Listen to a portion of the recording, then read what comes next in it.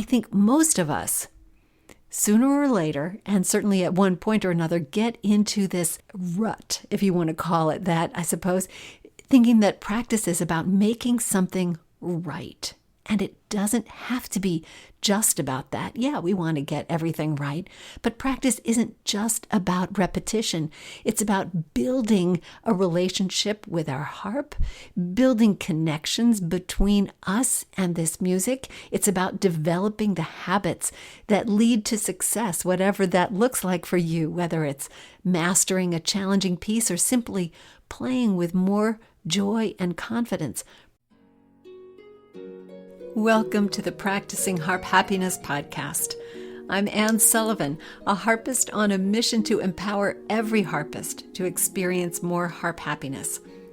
Over my decades-long harp journey, I've had lots of successes and more than a few failures, and I know firsthand what it's like to feel that playing the harp the way you want may not be possible for you. Now I play and teach all over the world, and I know what most harpists are never taught: the secrets to gaining the skills and confidence you need to play the harp with beauty, freedom, and joy. That's what the Practicing Harp Happiness podcast is all about, showing you simple steps to help you play the music you want the way you want. If you're an experienced harpist looking for that next level, or a harp newbie anxious to avoid the pitfalls, or a harpist who just wants more fulfillment and a little encouragement, you're in the right place, my friend. So let's get started. First, I want to let you in on something special. I think the most important thing you can do for your harp playing is to develop the habits that lead to success, whatever that looks like for you. All of us want to learn how to play the harp beautifully, how to play with confidence and enjoy making music. And if you really want to learn those things, videos are great, but live learning is essential. You need to be able to ask questions and get answers. You can't do that with just a video, which is what makes the My Harp Mastery community so special. My Harp Mastery membership is for those who really want an online experience that lets them learn at their own pace and learn what they want and be able to learn live from expert coaches every single week. Plus, you get to connect with other harpists in the community who have the same desires for their playing. This is not only a powerful learning platform, but it's also the most generous community of harpists anywhere on the planet. They're harpists with a positive outlook, a growth mindset, and a spirit of support for their fellow harpists on the journey with them. We're ready for you. Join us. Just go to harpmastery.com/join-now. That's harpmastery.com/join-now. Happy New Year and welcome to the show. I'm excited about 2025. I'm excited about all the harp happiness that you and I can add to the world together. I'm excited about the harp goals that I'm putting in place for myself this year. And I'm extra excited about the opportunity to talk with you about your goals today. Well, we aren't actually going to be talking about goals as much as we will be talking about the most important step you will take toward achieving them. Of course, there are a lot of things that are important to the success of your harp goals: your motivation, your time, your choice of goals, whether or not you're working on your goals alone or with the support of a teacher or coach. But perhaps the single factor that is most important to accomplishing any type of harp goal is this: your practice. Without practice, your harp goal is just an idea. Practice is the engine that drives your goal. Whether you want to improve your technique, develop a repertoire, play a concert, learn to improvise, speed up your fingers, or anything else, you can't do it unless you practice. Your practice makes whatever you want to do with your harp playing possible. Without practice, you might be on the right track, but you aren't going anywhere. That's why I chose to make this first podcast of 2025 about transforming your practice. Today, I want to give you some different ideas about practice that I hope will help you find new direction, new energy, new purpose, and more fun in your practice this year. And not only this year, but starting today. After all, isn't fun a big part of what playing the harp should be? I certainly think so. Now, if you haven't set goals for 2025 for your harp playing right now, and you think you might like to, a great way to get some help doing that and some guidance is with our January seminar series. You'll find the link to our January seminar series, which is called Journey to Purposeful Practice, on the upcoming events of our harpmastery.com page, or you'll find it right in the Harp Mastery app. I certainly hope you have downloaded the app. It's such an easy way to keep up with everything that's going on at Harp Mastery. And of course, it's free. You can just go to your Apple or Android app stores and you'll find the Harp Mastery app. You search for it. But our January series is all about knowing how to set goals that you will be able to achieve, and how to set them, why to set them. We'll be talking about defining progress and avoiding distraction, and how to take those big goals and make them really actionable with your 7-day plan and your 1-day plan. So I'm going to be teaching one of those weeks, and the other weeks will be taught by our Harp Mastery certified coaches, and we're going to be helping you work through this whole goal defining process. Our coaches are experts at that because that's one of the things that they have done for years as part of our certified coaching program and working with the harpists in that program. It's just $12. And of course, these 4 calls are the same calls that our My Harp Mastery members will be participating in as part of their membership. So I would also like to offer you the opportunity to join us in My Harp Mastery as full-fledged My Harp Mastery members, if that's something that you think would be helpful to you. I certainly think it would. But start by getting your feet wet with our January seminar series. I hope you join us there. Also, while the seminar series will help you focus on your goals, I'd like to offer you the opportunity to really activate those goals with me at our getaway retreat. It's coming up very soon, coming up next month, February 12th. We start in Kissimmee, Florida, the Orlando area, and so we'll be using some of the Disney magic that is in the air in Orlando and bringing that to your 2025 harp goals. So you have the chance to work with me at this retreat. Remember, it's the only retreat we're having this year, so don't miss this chance to get in there and really start your goals off right. So those are 2 big opportunities, and you'll find links to both of those on the upcoming events at harpmastery.com or right in the Harp Mastery app. As I said a moment ago, practice is really the engine of progress, right? We need to practice in order to do anything we actually want to do. Practice is sort of where the magic happens, where we take that piece of music that's on the page and we transform it into something that can actually communicate from one person to another. And if you think about what happens in that moment, you're not just playing notes, but you're playing notes that somebody else wrote. Quite likely it's somebody else that you never even met, maybe somebody that lived hundreds of years ago. And that person wrote these notes not knowing anything about you, and you're taking those notes and you're bringing them to life again for people that have never heard them before. It's magic what happens when we play, and practice is part of that story. Without the practice, it doesn't happen, right? But I think most of us, sooner or later, and certainly at one point or another, get into this, rut, if you want to call it that, I suppose, thinking that practice is about making something right. And it doesn't have to be just about that. Yeah, we want to get everything right, but practice isn't just about repetition. It's about building a relationship with our harp, building connections between us and this music. It's about developing the habits that lead to success, whatever that looks like for you, whether it's mastering a challenging piece or simply playing with more joy and confidence. Practice allows us to do so much more than we can right now. As we practice, we improve our skills, we develop them, and it lets us explore all the things that the harp can do. It lets us experiment, discover new kinds of music, discover the kind of things that we can bring to the music that's different than something that anyone else can bring. Do you see the difference this can make?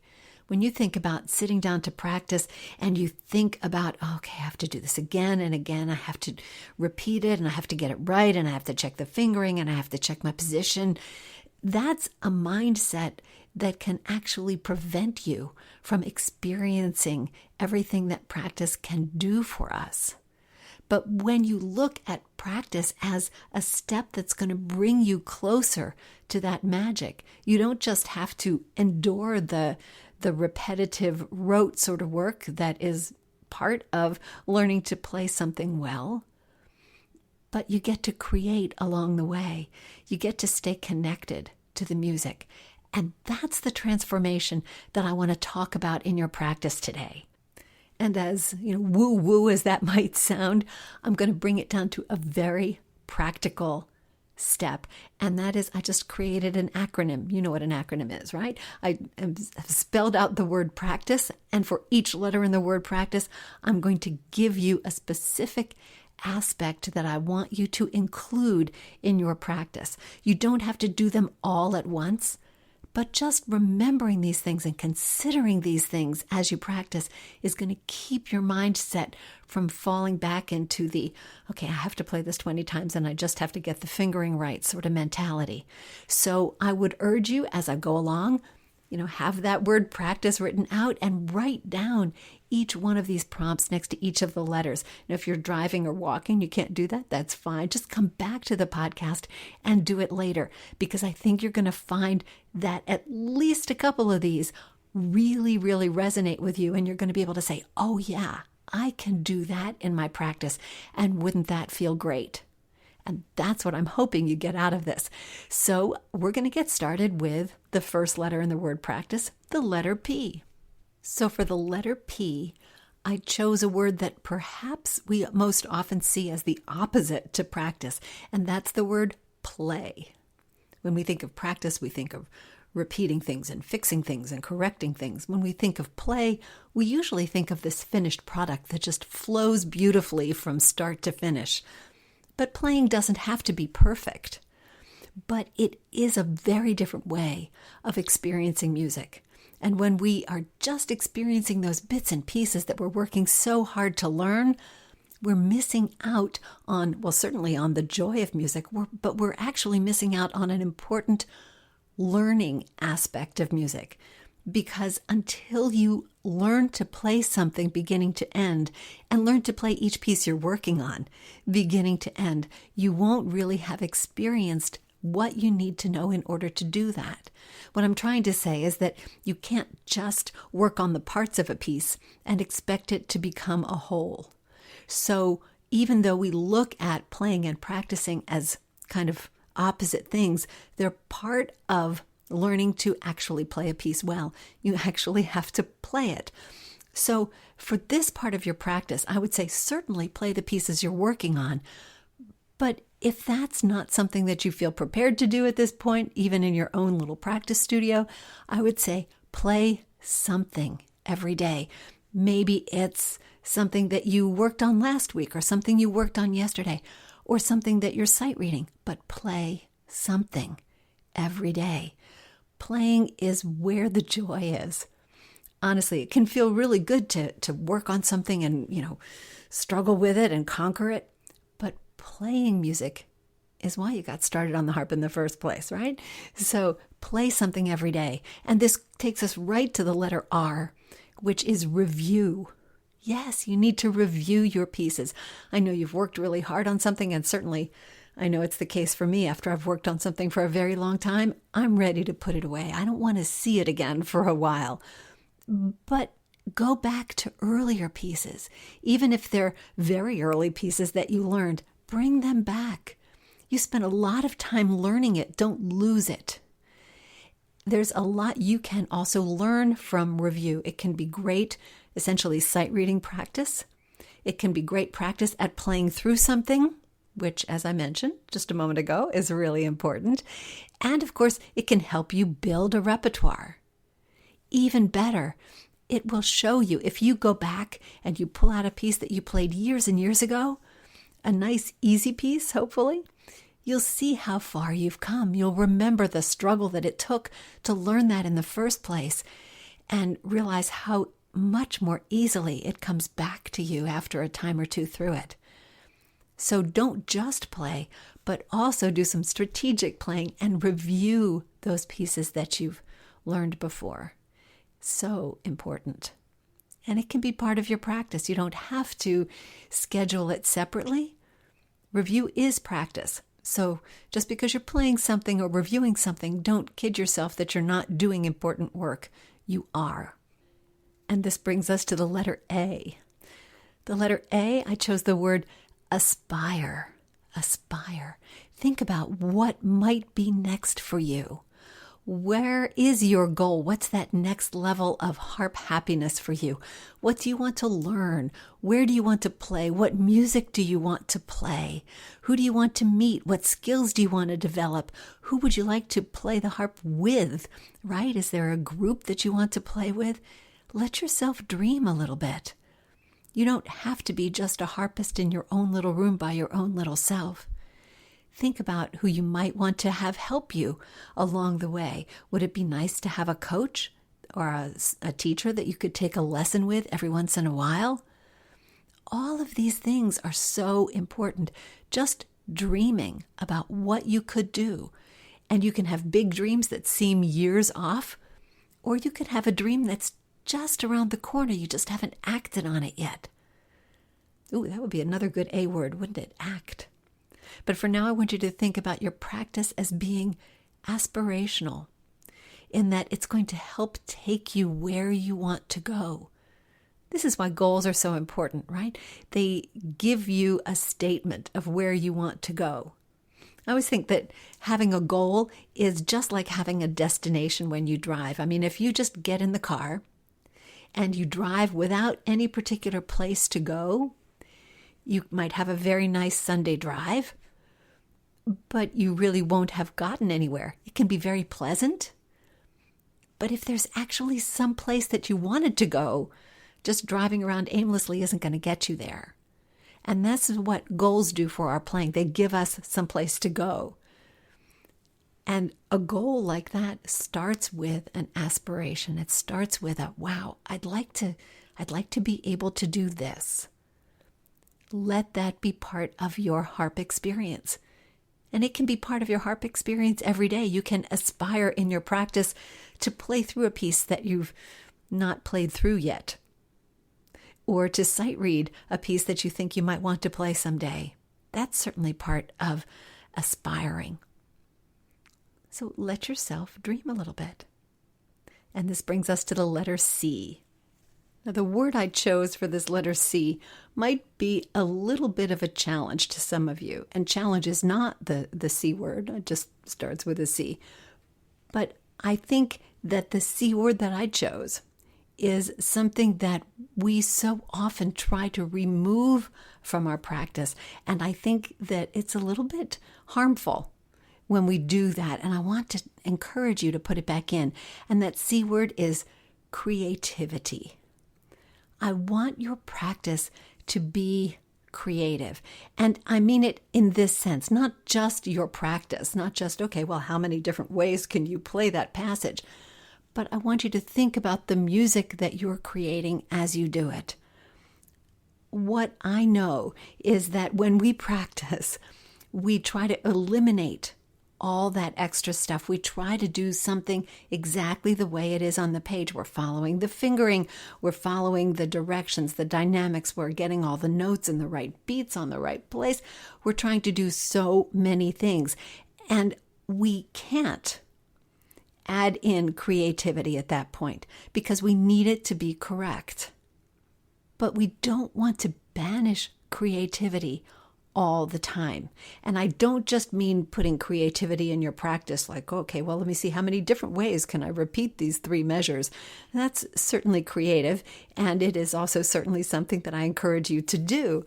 However, I want you to remember, even in your practice, even in the midst of playing those measures that won't come together, I want you to remember that music isn't just about what's on the page.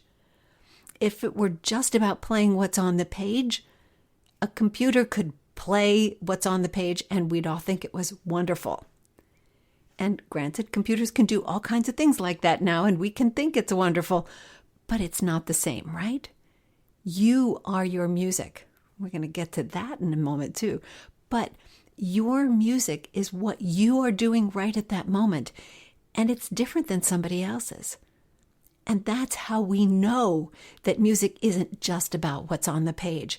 Because if it were, when I played a piece, it would be the same as when you played it, or she played it, or he played it, or anybody else. Music is so much more. So I would encourage you to play what if with a piece. What if I went a little faster, a little slower? What if I took time here? What if this piece had this kind of a picture to it? What if I imagined it this way? What if I added a chord here? What if I took away that left hand that I can't play and substituted something else? Music isn't just about the dots. Those dots that are on the page, it's about so much more. And of course, we can extend the word create, can't we? And a really powerful part of your practice could be improvising, could be composing. Oh, there's another C word. You could actually create music yourself just by messing around with things and trying out ideas. And all that counts. All that's important to your development as a musician and a harpist. So don't say, okay, well, that's not real practice. It absolutely is real practice. Do I mean that you have to add composing into your practice routine every day? No, I don't. Do I mean that you shouldn't spend time making sure that all those measures are correct? No, I don't mean that either. I just mean that in that process of getting everything right, remember that it's not about the correctness of it. It's about the music, and you're allowed to add in your own thoughts. You're encouraged to be creative. Music is a creative art, and that's what we need to not practice out of our practice, if you know what I mean. Which brings us to the letter T, something much more prosaic, something that might feel a little bit more comfortable for you, at least when we're talking about it, and that is technique. Yeah, technique had to be in here somewhere, didn't it? No, I'm not going to belabor this point, but if your technique isn't up to it, you can't do it, right?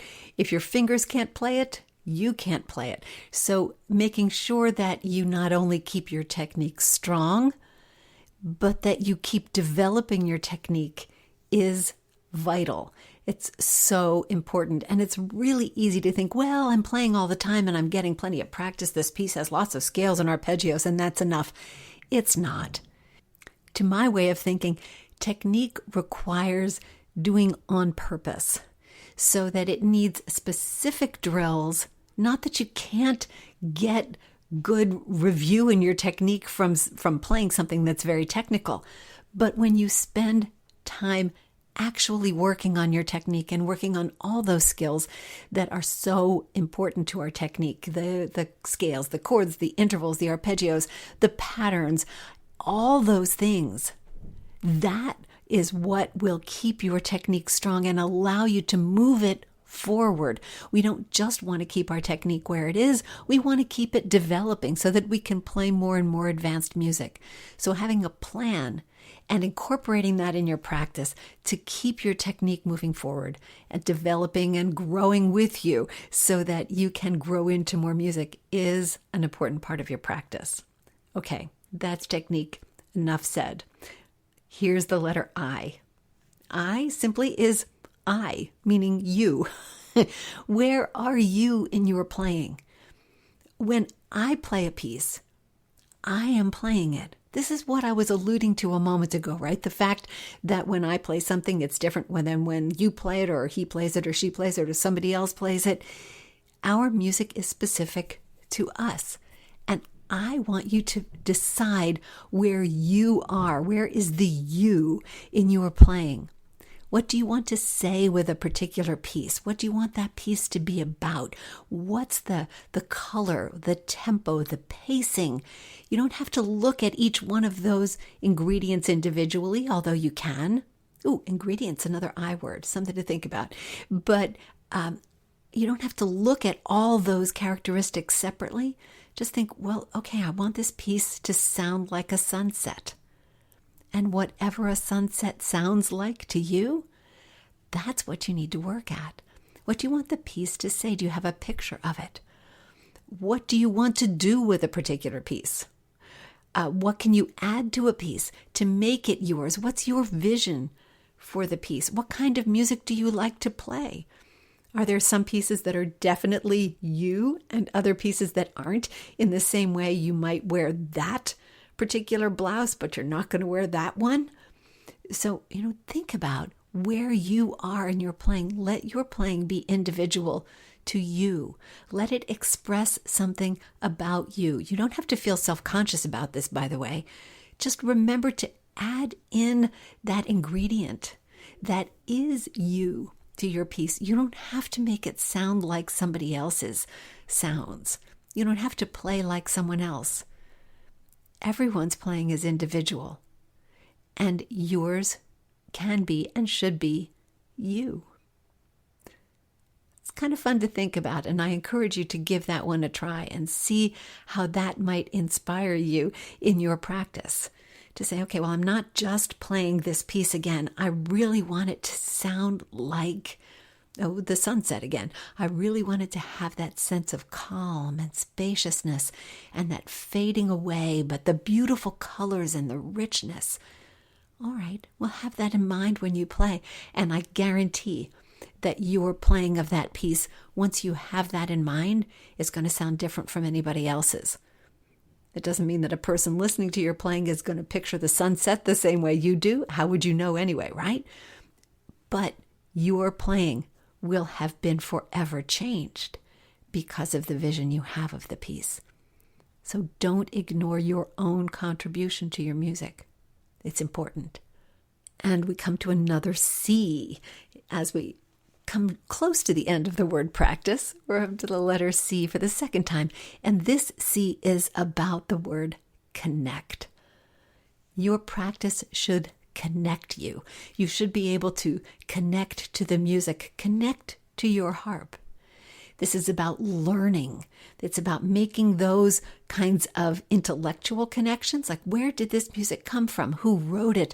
What were they thinking? What was their life like? What was the time like? What are they trying to tell me with their music? So those are that's one kind of connection you can make.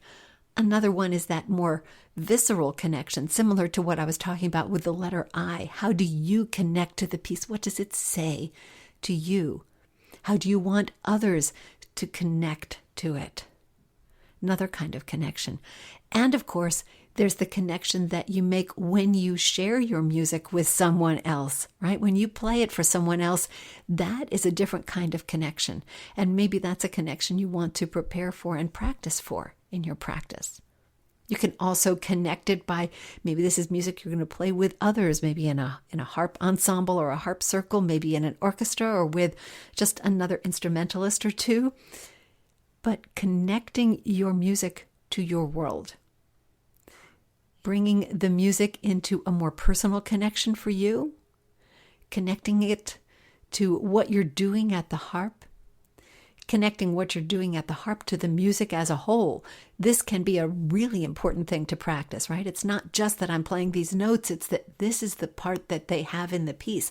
This is what their function is in the entire piece. So learn, share, grow, but connect. And this brings us to the final letter in the word practice, the letter E. Quite simply, E is for enjoy. I want you to enjoy every minute of your harp playing. Not that they'll all be easy or all be fun, but I certainly want you to enjoy your practice. This is when you get to really connect with your harp. Oh, connect. There you go. This is when you really get to dig in. You really get to explore. Another E word if you like. But you get to enjoy all the richness that we experience when we play the harp. Everything we do, everything we hear, everything we see, everything we feel, all of that can come together. And if you're not enjoying your practice as much as you enjoy playing for people, or perhaps even a little bit more, then I think you're missing out on something.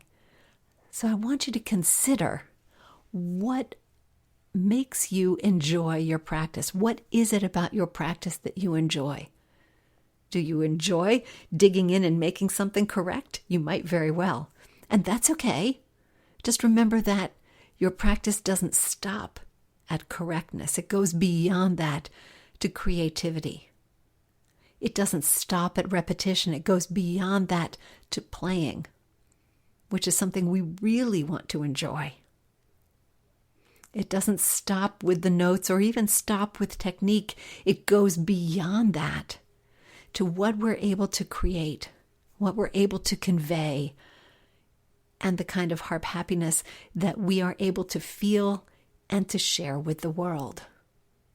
All right, so I'm going to go through that word practice one more time and we'll just sum everything up here. So P is for play. Play something every day. R is for review. You learned it, don't lose it. A is for aspire. What is that next level of harp happiness for you? C is for create. Don't limit yourself to what's on the page. Move beyond that and make the music yours. T for technique, the tools that we need to do what we want to do. The I for the I am. Don't forget to put you into your music. The C for connect. If I is for putting you into the music, C is for connecting maybe to others and connecting to the wider world of music. And lastly, E, enjoy. Enjoy it.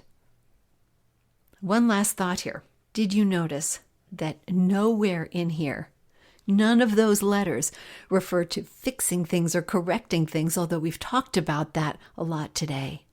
None of them refer to struggling and frustration. Now that struggle, that correction, all that might be part of your learning process, and it may be that those are steps you need to take toward your goal, but they aren't, or they shouldn't be, the core of your practice. I mean, after all, what would it be like if when you sat at the harp and you started practicing, and maybe you started practicing a piece with a creative mindset or with your own idea of what the piece means, or maybe just playing it through, instead of saying, oh, I have to get this right.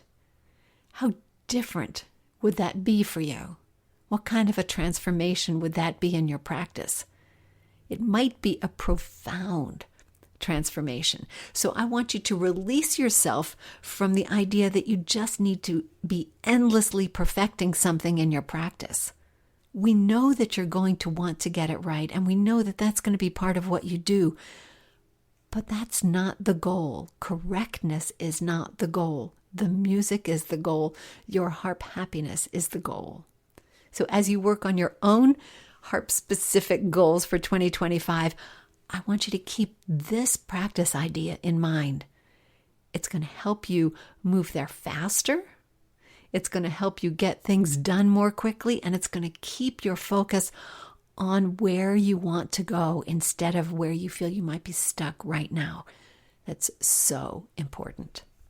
No matter what your harp goals are for this year, transforming your practice in the ways I've talked about today could be a real key toward making those goals happen. Giving yourself permission to look at your practice in a different way can help you move toward those goals faster. And once again, I invite you, if you want to look at what we think at Harp Mastery are the best ways to set and implement Harp goals, join us for our January seminar series. The My Harp Mastery members are experiencing this right along with you. That January seminar series is called Your Progress Plan, a 4-week journey to purposeful practice. And you're really going to enjoy this look at how to set goals and how to maintain them even when your life is really busy, even when you really don't have time to practice. We're going to be looking at all of that in the month of January. Also, time is running out for you to register for our getaway retreat in the Orlando, Florida area. This is our only retreat in 2025, and it is your best opportunity to have me work with you so that you can move forward on your goals as quickly as you can and really make those goals happen this year. This is a great way to start 2025. The retreat is February 12th to 16th. All the details, everything you need to know to register is on the homepage of harpmastery.com. Go to upcoming events or right there in the app. Next week here on the podcast, we're going to be talking about fingers, flow, and faith. This is a different look at technique, has nothing to do with religion, but it's going to give you some ideas for how to let go of control and trust your fingers to do what you've trained them to do. This is about being able to sight read better, being able to play faster. It's about moving to that next level. Plus, I'm going to give you some very interesting exercises to help you let go, to let flow. So that's next week on the podcast. Until then, remember, every day is a day you can add more harp happiness to the universe, to your world, and to your spirit. And all you have to do is play. Thanks so much for listening, and I'll see you next time.